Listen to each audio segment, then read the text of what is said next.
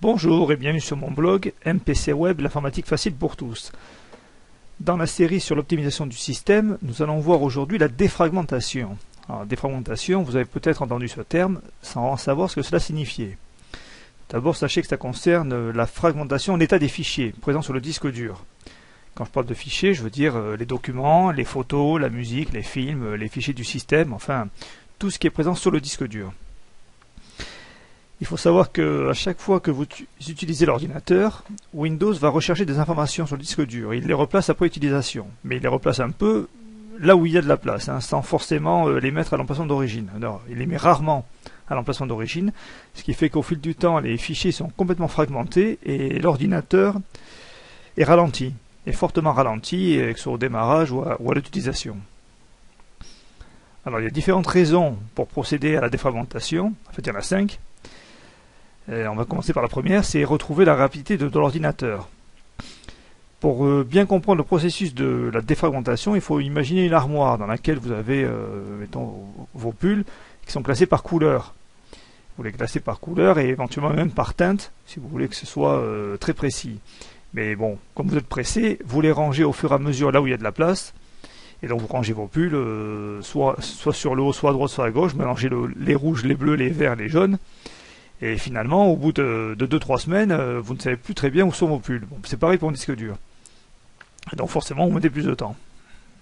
Une fois que le disque dur sera défragmenté, l'ordinateur retrouvera sa rapidité et sa réactivité. La deuxième raison, c'est de démarrer l'ordinateur plus rapidement. Il faut dire que la fragmentation des fichiers se traduit aussi par un très fort ralentissement au démarrage de l'ordinateur. Puisque Windows a du mal à rassembler les fichiers dont il a besoin pour arriver sur le bureau, et forcément, vous allez perdre des dizaines de secondes au démarrage. La troisième raison, c'est protéger les données.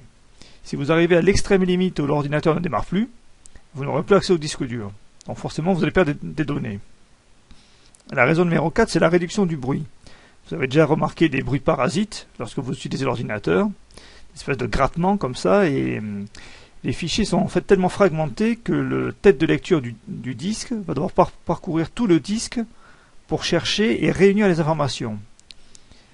La cinquième raison, c'est que c'est facile, et vous allez voir en téléchargeant Defragler, en l'installant, et vous pourrez procéder à une défragmentation en quelques clics. Ce que vous allez faire, c'est que vous allez télécharger Defragler. Bon, il existe de nombreux logiciels de défragmentation, mais c'est vrai que Defragler est un petit logiciel gratuit qui est très efficace et très pratique. Alors, nous allons prendre la version gratuite, Free Download. Vous descendez. Vous voyez que vous avez une version qui est très complète, qui est payante mais très complète, dans laquelle vous avez le défragmenteur, vous avez le nettoyage du système, la récupération des fichiers effacés et le monitoring de l'ordinateur. Elle est intéressante, c'est à vous de voir. Pour l'instant, vous allez télécharger la version gratuite qui sera très bien. Donc vous la prenez chez Périforme. Vous voyez que le téléchargement commence tout de suite. Vous allez appuyer sur oui. Normalement, il y a on choisit le français comme langue, comme ça. On appuie sur suivant. Alors, ajouter un raccourci sur le bureau, oui. Ajouter un raccourci dans le démarrer, ça n'est pas indispensable. Ajouter explorateur de Windows, c'est pas indispensable non plus. Remplacer le défragmenteur Windows, oui bien sûr. Rechercher les mises à jour, bien sûr. Ensuite, vous installez. Ça va aller très vite. Ça, on peut décocher. Et donc, on lance la première défragmentation. Voilà. Alors donc là vous arrivez sur l'interface de Defragler. Vous choisissez une partition. Alors petite aparté, c'est que sur le système, si vous avez un SSD en lieu et place d'un disque dur, il ne faut absolument pas le défragmenter, car le SSD utilise la mémoire flash et la défragmentation use les cellules. Donc vous allez raccourcir la durée de vie de votre SSD.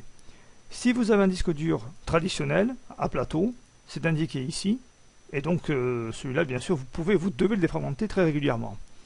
Donc vous choisissez un disque dur, vous allez sur défragmenter, et vous appuyez. Là, il propose de vider la corbeille. On va dire oui, c'est toujours pratique. et donc on va laisser travailler. Là, il est en train de calculer. Voilà. Alors, tout ce que vous voyez en bleu, c'est déjà défragmenté, optimisé. Ce que vous voyez en rouge, ce sont les fichiers fragmentés. J'imagine que sur votre disque dur, il peut y avoir beaucoup plus de rouge. Alors déjà, deux petits conseils. Le premier, c'est de laisser sur votre disque dur au moins 15% d'espace vide. Là, vous voyez, il y a 38%. Il faut laisser au moins 15% d'espace vide pour que la défragmentation puisse se faire. Et ensuite, si vous avez beaucoup de fichiers rouges, lancez la défragmentation le soir, juste avant de vous coucher, comme ça vous ne serez pas gêné. Par contre, ce que vous pouvez faire, c'est justement aller dans Paramètres et marquer donc arrêter l'ordinateur après la défragmentation.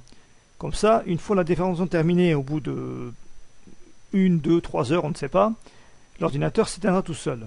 De manière générale, évitez la défragmentation au démarrage. Voilà, sinon tout est paramétré au mieux, donc c'est pas la peine de toucher au réglage. Voilà, j'espère que cette vidéo vous aura été utile. Et si vous avez des questions, éventuellement des propositions, n'hésitez pas à laisser un commentaire. Je vous remercie, à bientôt, au revoir.